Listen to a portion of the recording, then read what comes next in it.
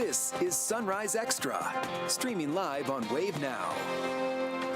Thank you so much for joining us. 7 o'clock right now on this Monday. Another work week ahead. But hey, hopefully you had a great weekend and were able to avoid some of those showers because those downpours came fast. And they're going to be coming back again, not just today, but for the rest of the week. Certainly not a washout by any standards, but certainly going to be, of course, watching the radar. Right now, we're seeing some of that sunshine trying to get through those breaks in the clouds over downtown Louisville. Kind of makes for an interesting but slightly creepy shot there over downtown as we watch for more of those clouds just drifting on by and a couple of isolated showers here and there. We're watching a batch of showers showing up for those of you in portions of Crawford County with a little bit of drizzle towards the southern portions of Harrison County as well. Your temperatures are in the upper 60s and low 70s to start off the day. We'll end up in the 80s for later on this afternoon. More of those scattered showers and thunderstorms possible later on this afternoon. Some locally heavy rain also embedded in some of those downpours. The other thing that we'll watch throughout the rest of the week, the grass pollen across our area. Right now, it's going to be on the higher side for your Monday, but it's going to stay medium to high throughout the rest of the week, especially if you get a little bit more of that rainfall that helped to dampen the pollen counts in your area. But if you stay on the drier side, they're going to remain high. So just be weather aware as we head throughout the rest of the week. I'll talk a bit more about those rain chances and how much rain we could see when everything is said and done in my full forecast. All right, thank you, Tawana. Multiple incidents causing a massive police response in Kentucky, including reports of an active aggressor in Louisville that left many questioning safety at large events. State police were busy too with their own active shooter in Lexington. It left couple people dead and the trooper fighting for his life. It started around 11:30 yesterday morning. A Kentucky state trooper pulled over a man for a license plate alert on traffic cameras close to Bluegrass Airport in Lexington. KSP says the man shot the trooper, then took off before later carjacking a vehicle and continuing across town. He drove to Richmond Road Baptist Church and started shooting. 4 people at the church were shot, 2 women were killed, and 2 men seriously hurt. Police shot and killed the suspect. Witnesses described a chaotic scene. A lot of panic. I think there were a lot of customers that left. I think they went out the other side of our entrance here and were very nerve-wracked with the experience that was happening. Just that's something that you don't expect, especially this is a small airport, easy to come in and out of, and officers around here are always so friendly. You hate to hear something like that happening. Officials say 72-year-old Beverly Gum and 32-year-old Christina Combs were the women killed. Police believe the suspect had a connection to the church, which is described as a close-knit congregation. The trooper was taken to the hospital and at last check was critical. There will be new security measures at the Kentucky Expo Center today after reports of an active aggressor caused panic at a girls' basketball tournament and Kentucky Kingdom. But after a thorough search, law enforcement has since said there is no evidence of actual shots fired. Wave News reporter Kirsten Foote joining us live with more details on the incident. Kirsten. Yeah, good morning, Shannon and Olivia. Play is expected to resume today in this tournament, and we're already seeing some people start to kind of get into the parking lot here, and we're learning more about what exactly caused that chaos. Now, in a social media post, Run for the Roses, that basketball tournament, they say an alarm caused by a mechanical failure caused an initial panic. LMPD told us that MetroSafe got a call about an active aggressor at the Expo Center just past 3 o'clock on Sunday.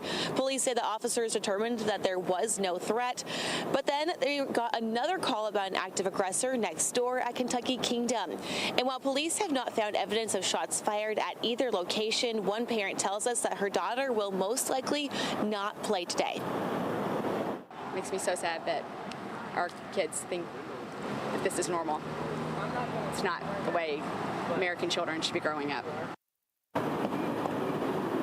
Organizers for the tournament have since announced security changes for today. Those include handheld metal detectors and bag checks at all entrances. And we did reach out to that tournament to see if those were already in place yesterday or not. We haven't heard back yet. But again, play starting here in just a few hours and already starting to see a few people kind of getting here now. But we'll see if that's more or, less than what we saw yesterday. Reporting live, Kirsten Foote, Wave News. Kirsten, thank you. There's now a cash reward for anyone who can help shive Shively police arrest a man wanted for killing 2 women. LaBradford Ward has been wanted since last Monday. Shively police say he shot and killed Amaya Cox and Santia Simmons on Kingswood Way. Bluegrass Crime Stoppers is now offering a reward for anyone who has information that can help police. Ward is considered armed and dangerous, so if you see him or if you know where he is, you should not approach him. Instead, call the Crime Stoppers or police. The man accused of pointing a gun at a Louisville Metro police officer is expected to appear in court this morning. Police say Officer Andrew Ponsate shot at Garrett Amir Garrett on Dubenall Street earlier this month. Investigators say Garrett was intoxicated, suicidal, and holding a gun. Officers ordered Garrett to drop the gun, but say he instead pointed his weapon at the officer. Ponsate then shot at Garrett, who was not hit. Garrett is charged with assault, wanton endangerment, and criminal mischief. LMPD records show Pastante has 1 letter of reprimand in his file for failing to appear in court. Hours of new video bringing us into the courtroom in the case of Crystal Rogers' disappearance. Media cameras were not allowed in the courtroom, so we could only show you sketches of the witnesses and report what they were saying. But now we are getting a look at some video, including some of the final moments Rogers was last seen alive. This is security video. It was played during the trial of Brooks Houck and Joseph Lawson. It shows Rogers at a Walmart with 2 of her children the afternoon of July 3rd, 2015.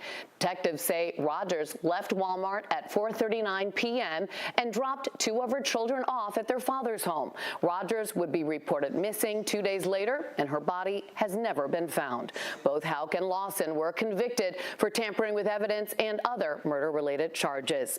And we're seeing and hearing emotional testimony from Stephen Lawson's trial. He was also convicted of conspiracy to commit murder and tampering with physical evidence. Rogers' mother, Sherry Ballard, testified about a meeting that she had with Houck not long after her daughter disappeared.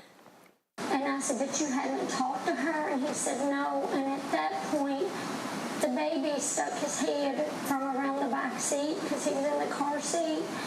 And I knew the instant I saw that baby in the truck that something was definitely wrong because my daughter never left that baby, never. Houck and Lawson, Joseph Lawson, will be sentenced August 21st. Houck is facing a life sentence and a recommended sentence of 25 years for Joseph. Stephen Lawson will be sentenced August 6th. The jury recommended 17 years for his punishment. LMPD says a man is in jail after shooting a man near Pleasure Ridge Park. Police say this happened back on June 28th, close to Greenbelt Highway and Lower Hunters Trace. 41-year-old Kevin Evans was arrested. Officers say a man was found at the scene who had been shot in the leg. Evans is now charged with second-degree assault. Coming up, well, we already had Taco Week this year. Now get ready for another food to take center stage. Ooh, and there it is. It'll make you hungry. We'll bring you all the details about Burger Week coming up.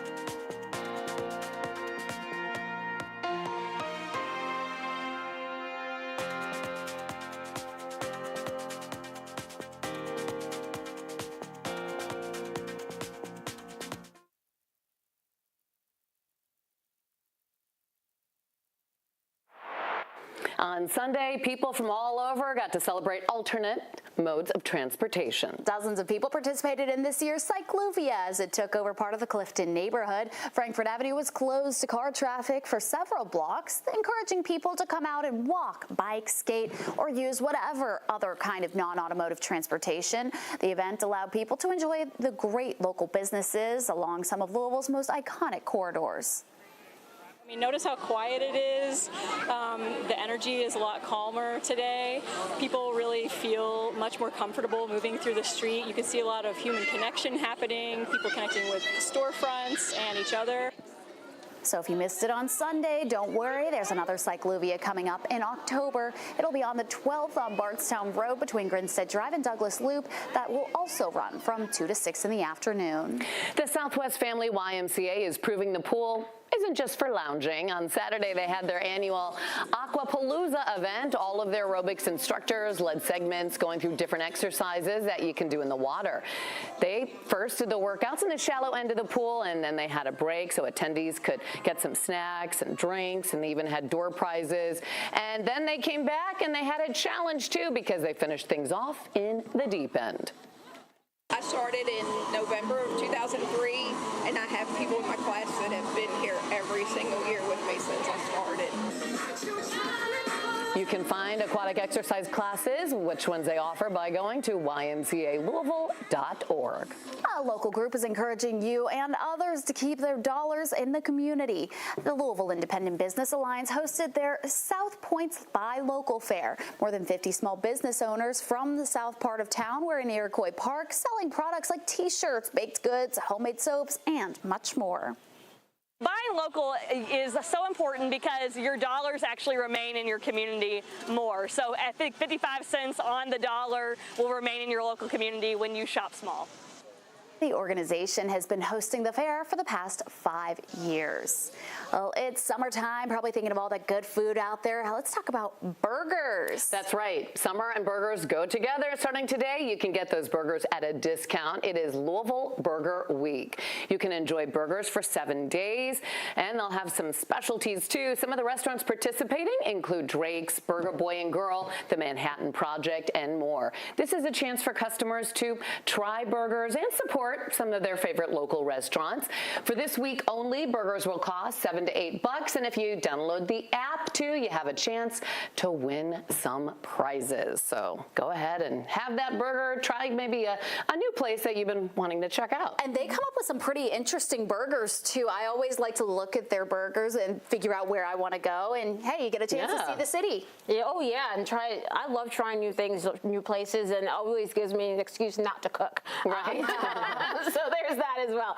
For those of you maybe going along with that excuse as well, we are seeing, of course, quiet conditions this morning in most spots. Clouds overhead with some sunshine trying to get through here and there. Seeing a couple of peaks of blue there on our SkyTrack camera in Jeffersonville as we're staring at downtown Louisville. Now across the area, we're going to keep some clouds overhead throughout the morning and into the afternoon. But yes, we'll see some sunshine here and there. Watching a couple of spotty light showers showing up in parts of Crawford County mainly. Then also for those of you anywhere from Bedford up towards Carrollton, you're also seeing some of those scattered showers to start off the day. Your temperatures are in the upper 60s and low 70s right now. We're going to watch for more of these scattered pop-up showers throughout the morning, mainly light stuff.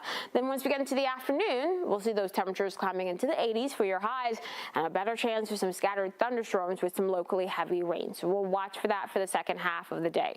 Then we head into later on this evening, especially once we get past sunset, we'll lose a lot of that heating of the day, a lot of the energy, and those downpours that we have across the region will fade off the map, leaving behind partly cloudy skies as we return to the 60s and 70s for lows for tomorrow morning. Additional rounds of scattered showers and thunderstorms in the forecast for your Tuesday, because we still have some of these fronts that will be nearby. So by the time we reach around midday tomorrow, we could see some thunderstorms moving through parts of our region, adding back in some scattered storms for tomorrow afternoon and keeping some of those into the evening hours. Highs tomorrow, despite the rain, despite the clouds, near 90 degrees. These fronts still nearby for the rest of the week, and this is why we'll see more rounds of these showers and thunderstorms for the second half of your Wednesday.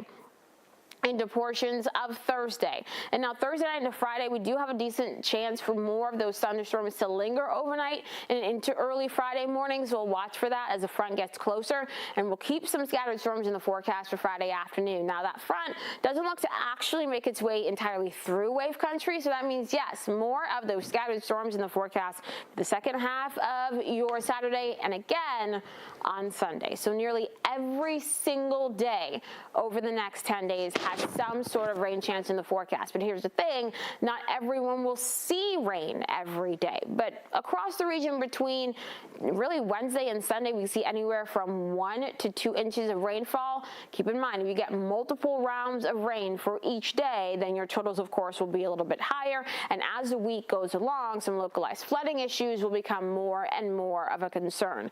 Throughout the weekend, though, we'll see some more of those temperatures in the upper 80s and the low 90s. Into Monday, too, we keep some of these scattered showers and thunderstorms in the forecast. Now, for the middle of next week, we'll see those temperatures trying to climb back into the low to mid 90s for your highs as you have more sunshine and only an isolated rain chance at best. But overall, over the next 10 days, really just talking about those rain chances that we'll be watching pretty closely. Thank you. A big road project to improve safety on I-65 near Hospital Curve is going to cause some traffic headaches for drivers. And get ready because it starts later this week. This weekend, Kentucky Transportation crews will close the left 3 lanes of the Kennedy Bridge and limit access on I-65 South. Restrictions on the bridge start Friday night and end the following Monday morning. Drivers will be detoured to either I-64 or I-71. Crews are trying to permanently fix expansion joints and recurring potholes around Hospital Curve. Once the interstate reopens on Monday, there will be additional lane restrictions through July 23rd. Norton West Louisville Hospital is hosting a community update and listening session this week. The listening session is tomorrow from 5:30 to 7:30 p.m. at Fraser History Museum. The sessions will allow people to hear about the progress of the hospital's first 8 months in operation. It's also a chance for you to offer some feedback. You can register for the event on the Fraser Museum's website. Crews are close to completing construction on a corridor connecting Butchertown and Nulu. This past weekend, crews shut down the intersection of East Main Street, Story Avenue, and Baxter Avenue to work on the finishing touches of the project. That construction has come at a hefty price for business owners, though. Cultured is one of the businesses impacted. Benjamin Rosenberg says this time of year is usually Culture's busiest season, but he says the money is not coming in like they would expect it to. When they block off whole streets like this, there's been points where people really have no idea how to get here. People just, when they know that there's construction going on around a business, they may just try to avoid the area in general, and that really hurts us. Once the construction is over, officials say that corridor will be safer for travelers and traffic will flow smoother. According to KYTC, the entire project is expected to be finished by next month. Just ahead, Bardstown police have issued a new warning. They want people to watch for something. We'll tell you about the tricks these scammers are using coming up.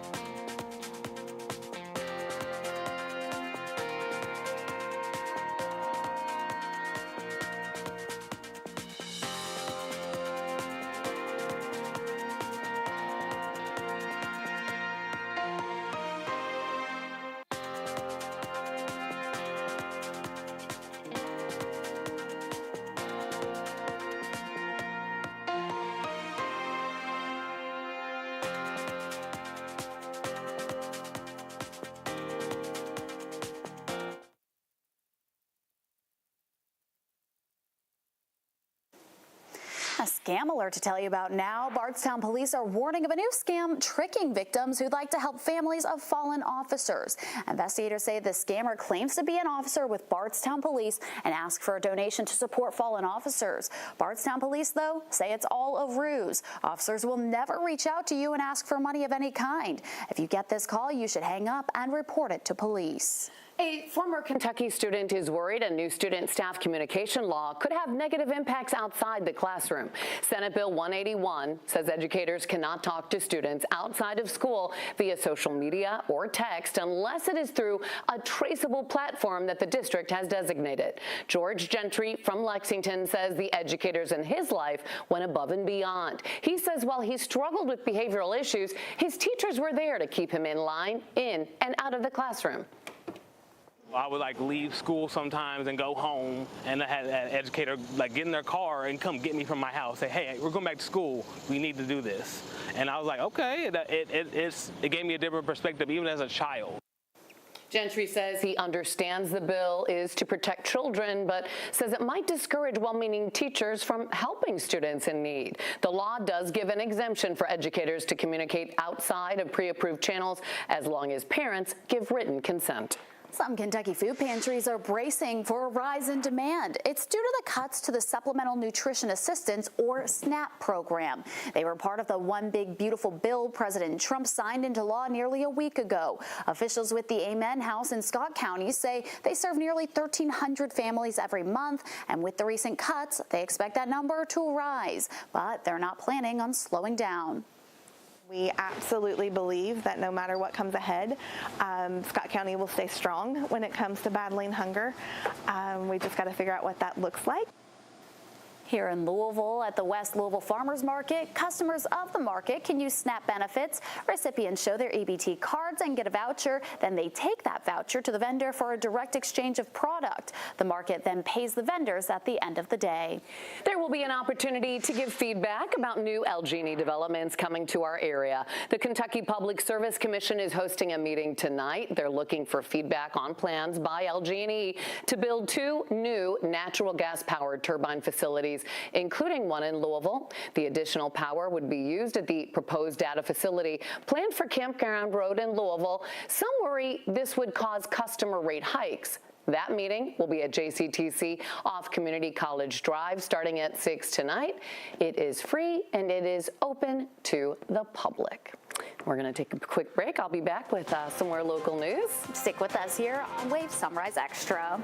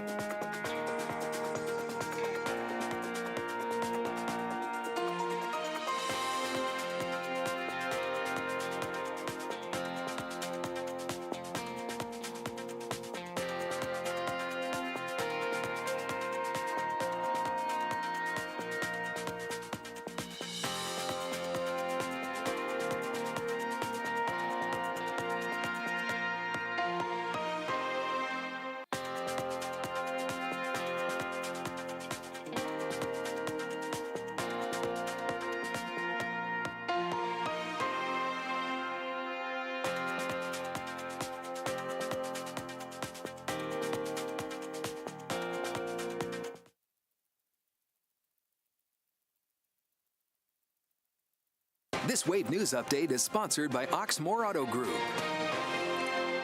Good morning. I'm Shannon Kogan. We have a breaking news alert this morning. We now know the name of a man who shot a state trooper and killed 2 people at a Lexington church. Police identified him as 47-year-old Guy House. A Kentucky state trooper pulled over House close to Bluegrass Airport yesterday. Investigators say House shot the trooper and then drove to the Richmond Road Baptist Church, where he shot 4 people. 72-year-old Beverly Gum and 32-year-old Christina Combs were killed.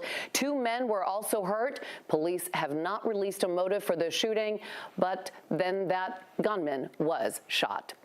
Let's go to Tawana right now with a look at the weather. How's it looking for this week? For this week, we're going to have near daily rain chances, but not everyone will see rain chances or actually that rainfall in their area every single day. Right now, we have the clouds overhead in Bardstown with some sunshine getting through those clouds. Some of you further to the north getting those clouds a little bit more locked in, but overall, we'll keep that mix of sun and clouds throughout the morning and into the afternoon. A couple of very light spotty showers showing up in portions of Crawford County. Also watching some more of those light showers anywhere from near Oldham through the Bedford area and up towards Carrollton. But as I mentioned, this is very light stuff to start off the day. Your temperatures are in the upper 60s and the low 70s across our region.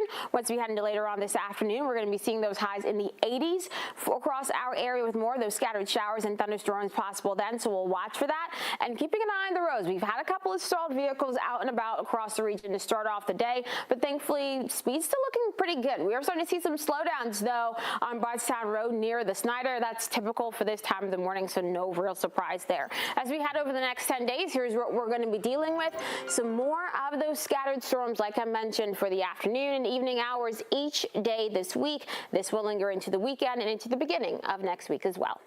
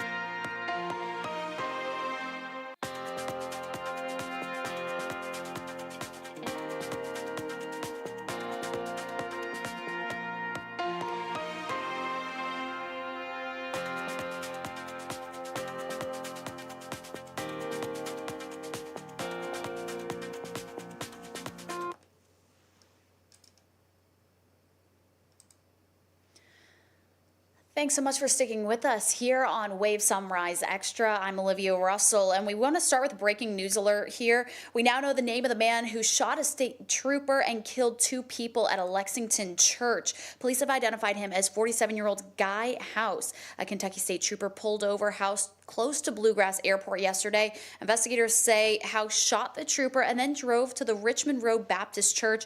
There, he shot 4 people, killing 2 women. 72-year-old Beverly Gum and 32-year-old Christina Combs were killed. 2 men were also hurt in that shooting. Police have not released a motive for that shooting yet, and House was eventually shot and killed by police. We're expecting much more updates on this to come, so we will keep you updated on that. Well, switching gears now, we know our cell phones in general have changed so much over the years, but things are kind of going back in time. We'll have a look at how payphones are making a return and making some new connections.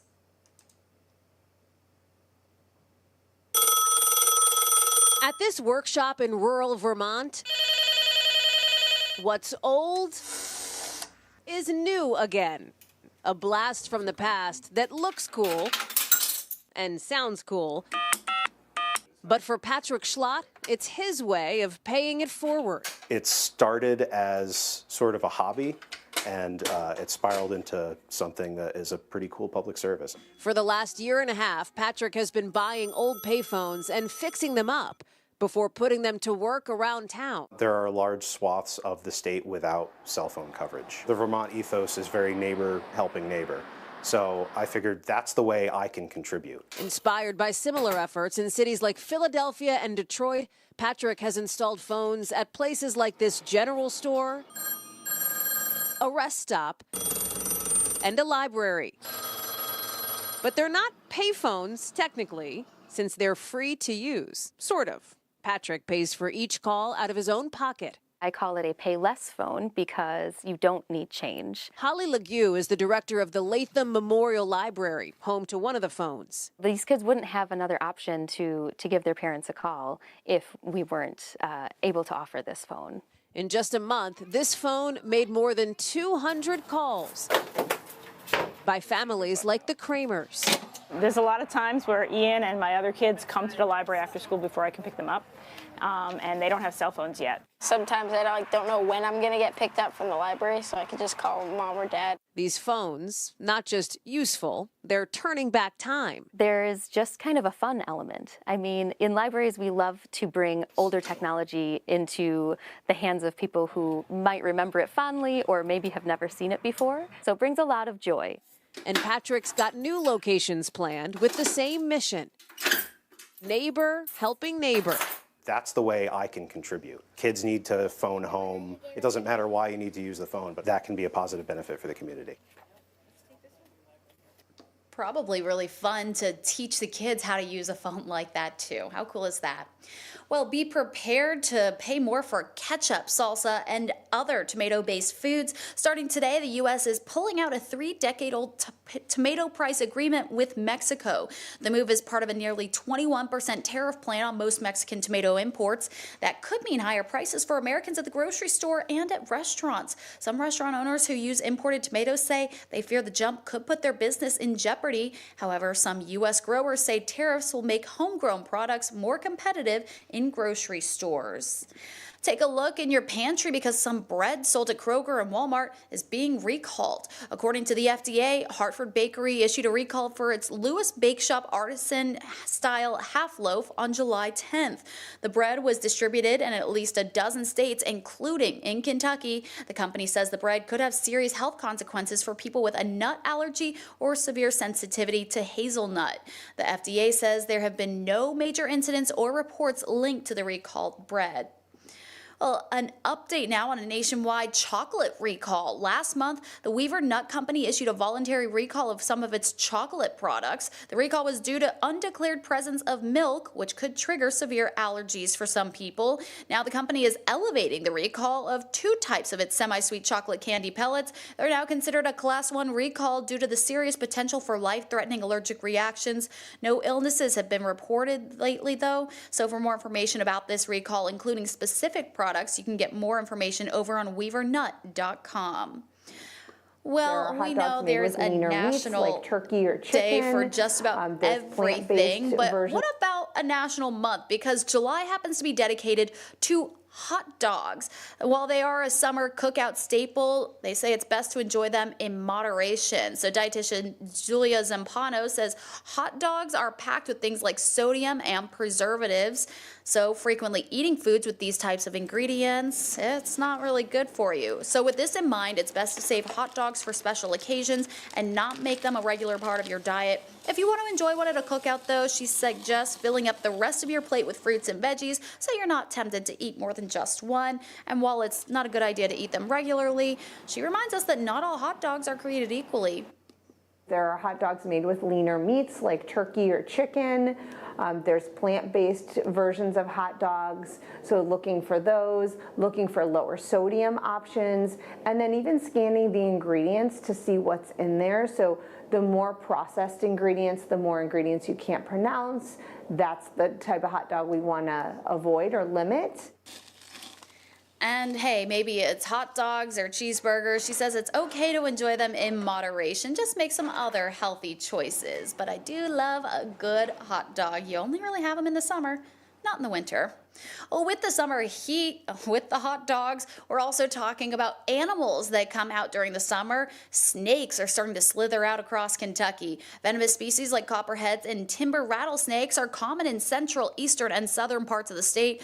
Reptile experts say if you encounter any, you should let them be, even if it's a venomous snake. You see a copperhead on your property and it's this big. It's been living there for 2 to 3 years and you never saw it before today. If you don't do anything, you'll probably never see it again. So if a snake does get into your home, the best thing you can do is using a broom and a large trash can, just safely move it outside. And when you are outside, if you're wearing shorts and open-toed shoes, you should make sure you can always see where you're walking. Hopefully you can avoid being bit by one of those. Today, Lieutenant Governor Jacqueline Coleman will join Louisville's only 24/7 animal hospital to celebrate an expansion. Jefferson Animal Hospital has finished an expansion project, adding around 7,000 square feet of to its flagship hospital on Outer Loop that doubles its size for the second time in its history. Lieutenant Governor Jacqueline Coleman and the hospital will celebrate the expansion today with a ribbon cutting starting at 10:30.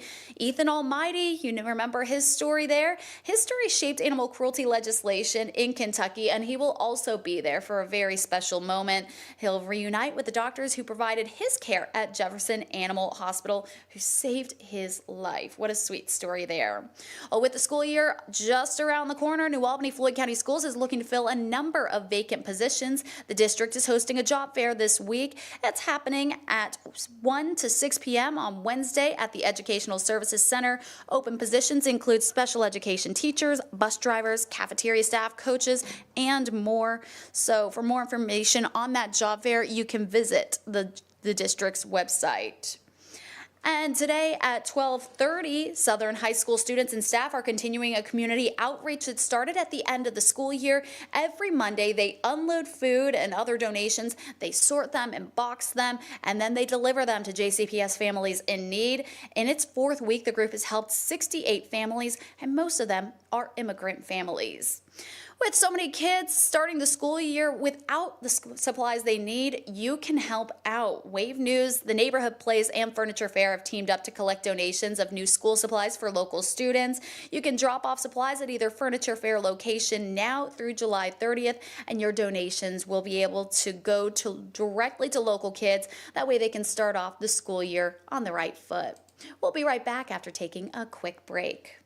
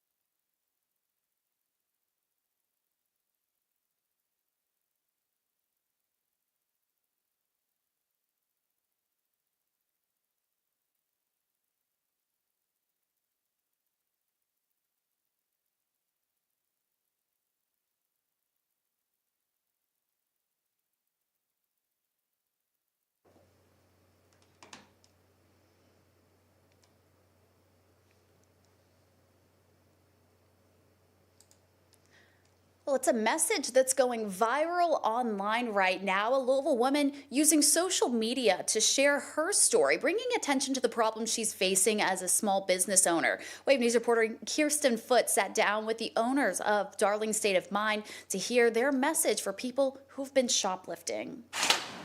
Jen Newts is pulling the curtain back on what it's like to be a small business owner. The good, the bad, the everything. So this morning I was about to open the store and look what I found. Lo and behold, tags, which means someone came into this fitting room recently and stole. Newts opened Darling State of Mind when she was just 23 years old, inspired by her passion for fashion. Now, nearly 10 years later, the store has expanded to 4 locations. As Newts puts it, it's grown with her as she's grown in life.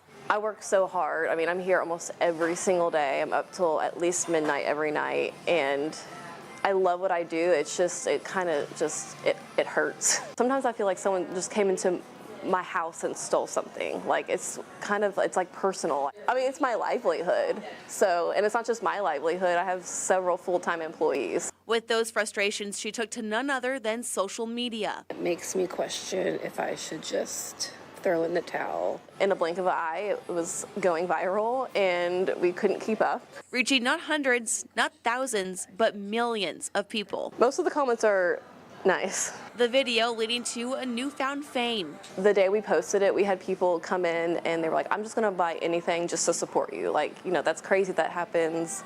They have nothing to buy for. They had no reason to, but they just came in to support. By shedding light on the everyday workings of a small business owner, Newts is hoping her message can positively impact fellow small business owners. Just don't do it, especially in these times. Like, I'm trying to ramp up small businesses and don't tear us down. Absolutely. Do not tear those small businesses down, especially such a great boutique owned with those local owners there. Well, at least 2 people are dead following a series of incidents that unfolded in Lexington yesterday morning. Police identified the shooter in this incident, as we just learned, as 47-year-old Guy House. Police say House shot a state trooper near the Bluegrass Airport during a traffic stop before carjacking a vehicle and fleeing to a church where another shooting occurred. Authorities tracked the suspect to Richmond Road Baptist Church, where he opened fire, killing 2 people and injuring 2 others on the church property. The suspect was then shot by responding law enforcement and died at the scene. It's believed that House may have had a connection to the people at the church.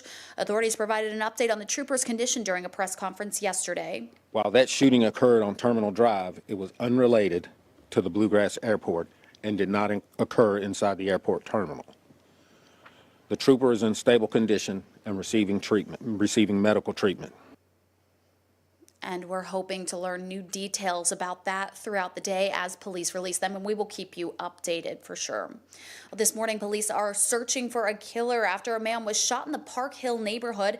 This happened around 1:30 yesterday morning, close to Wilson Avenue and South 17th Street. That's east of Dixie Highway. Police found a man there with a gunshot wound. First responders took him to the hospital, but he died from his injuries. There are no known suspects at this time. A man arrested in connection to a Russell neighborhood murder is expected to be back in court today. Maurice Hurd is charged with complicity to murder. Police believe he played a role in the killing of Wayne Woods. Officers found Woods with a gunshot wound near West Chestnut Street and Dr. W.J. Hott Street on April 13th. He died in the hospital. LMPD said surveillance video shows Hurd was driving a car and watching Woods shortly before the shooting. Then they say he pulled up next to the victim at a stoplight and somebody got out of the car and shot him. Right now, a Kentucky town is still grieving nearly 2 months after a deadly tornado. A night of remembrance and a candlelight vigil was held in London over the weekend. The May 16th tornado claimed the lives of close to 20 people in Laurel County. Michelle Baker is the president of London Kentucky Strong. After she met the other survivors who lost their loved ones, she says the driving force became remembering all of them. I guess it's one of those things that I'm glad that they don't have to go through it alone type thing. I mean, there's so many of us hurting. I hate that it happened to any of us, but we're not having to go through it alone. London Kentucky Strong has created a storm fund along with an annual 5K run that will be held on the anniversary of the tornado. More information on London Kentucky Strong can be found over on their Facebook page. Firefighters from Indiana provided training for some of the first responders who are helping Texas recover from the catastrophic flooding. The Indiana River Rescue School in South Bend has been supporting relief efforts in the U.S. since it was founded back in 1983. They often use the St. Joe River to help crews practice water rescues. It was just weeks ago when they were in Texas training first responders there to do the same. So we were training in June for an event like they're seeing right now in Texas. So the rescuers are very trained for what they're doing. This isn't just something that happens overnight. Baker says that because of the localized nature of the flooding, they did not send any of their own South Bend crews to Texas, but certainly their training was able to save, I'm sure, so many lives. We're going to take a quick break. We'll be right back in about 2 minutes.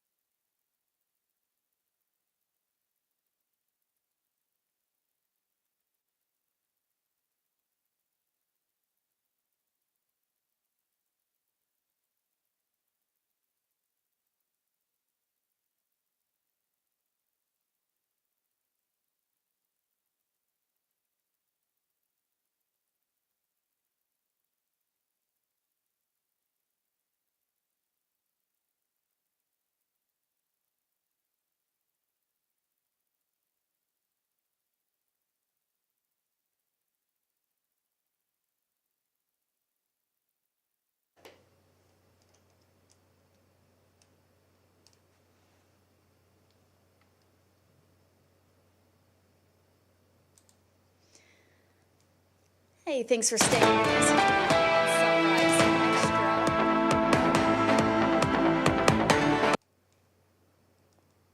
We'll try to get rid of that. Hopefully we can do this right this time. Thanks for staying with us. Well, it was an action-packed weekend at Hurstbourne Country Club for the PGA Tour in town at Louisville. The ISCO Championship came down to the wire at Hurstbourne Country Club, really down to putting on that 18th green.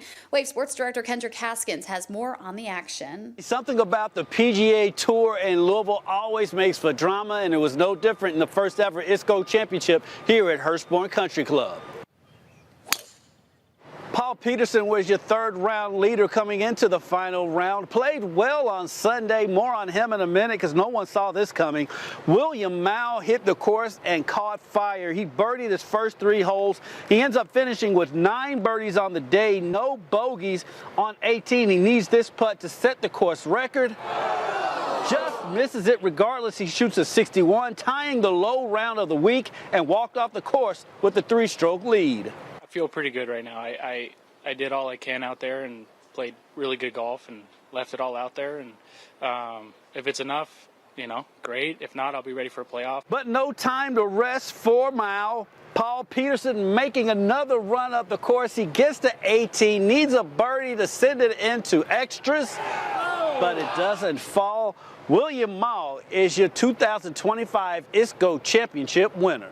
This is amazing, and I'm so honored and blessed, but it doesn't change my life very much. As my job, this is outstanding. I have job status for two more years. It's tough to come up one short, but you know, I played some good golf this week. Thought that was a pretty fiery, good test, and I felt like I handled myself and my emotions really well. After another dramatic ending to a PGA tournament here in Louisville, tournament organizers were happy and felt like it was a success. I'm incredibly pleased, and this is just the first year. It's not done, but the first year, you know, we're going to continue to improve it every year. It was great to see so much support from the community. The ISCO Championship will try to build on the success when the tournament returns to Hurstbourne Country Club next July. But for now, from Hurstbourne, Kendrick Haskins, Wave Sports. And I was so honored to host the trophy presentation there for the championship. Huge congratulations to William Mao. So look at the final leaderboard. William Mao sits on top as your champion, shooting 9 under in the final round, 10 under overall. Paul Peterson, as we saw, put on a show there, made it exciting, but came up just short. He shot 9 under overall. And then rounding out the top 5 is Manuel of Oliveira, Vince Whaley, and David Skins. Well, as for our local talent in action, Josh Teeter, a day after shooting 4 over, responds by shooting 2 under as he finishes 1 over and tied for 40th for the tournament. Steven Stallings Jr. finished 3 over for the day and 9 over for the tournament. We caught up with both of them to talk about their finish and what it was like to compete in front of the hometown crowd. You know, I feel like I did pretty much everything the way I wanted to.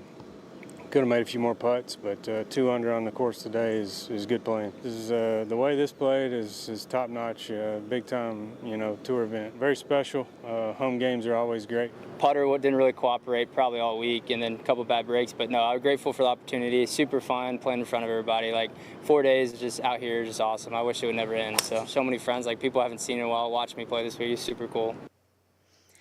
And still a big congratulations to Teeter and Stallings on a successful tournament, and congratulations there to William Mao, your 2025 ISCO champion, and a big shout out to the entire community who showed up and made it an incredible weekend.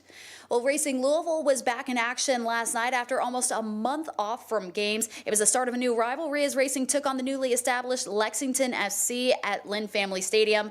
Racing able to get on the board first, scoring in the 30th minute, and held that lead until Lexington tied things up at 1 in the 67th minute. The game ended in a tie, and the teams participated in a friendly penalty shootout after the game, which was won by Racing. But still so awesome to see the two teams come together and create that new in-state rivalry. Thanks so much for joining us here on Wave Sunrise Extra. We'll see you back here tomorrow.